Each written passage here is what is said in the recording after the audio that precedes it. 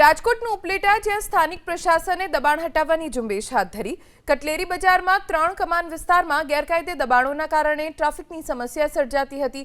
બાદમાં સ્થાનિક પ્રશાસનની ટીમે આજે દબાણ હટાવવાની કામગીરી શરૂ કરી। પોલીસના ચુસ્ત બંદોબસ્ત વચ્ચે પ્રશાસનની ટીમે ટ્રાફિકમાં અડચણરૂપ દુકાનના પાટિયા અને ઓટલા તોડી પાડ્યા। કેટલાક સ્થળો પર રસ્તા વચ્ચે જ ઊભી કરી દેવામાં આવેલી લારી ગલ્લાને પણ જપ્ત કરવામાં આવ્યા।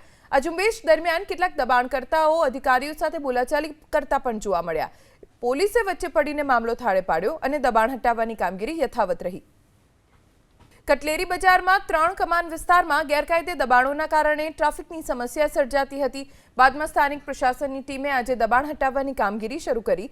પોલીસના ચુસ્ત બંદોબસ્ત વચ્ચે પ્રશાસનની ટીમે ટ્રાફિકમાં અડચણરૂપ દુકાનના પાટિયા અને ઓટલા તોડી પાડ્યા। કેટલાક સ્થળો પર રસ્તા વચ્ચે જ ઊભી કરી દેવામાં આવેલી લારી ગલ્લાને પણ જપ્ત કરવામાં આવ્યા।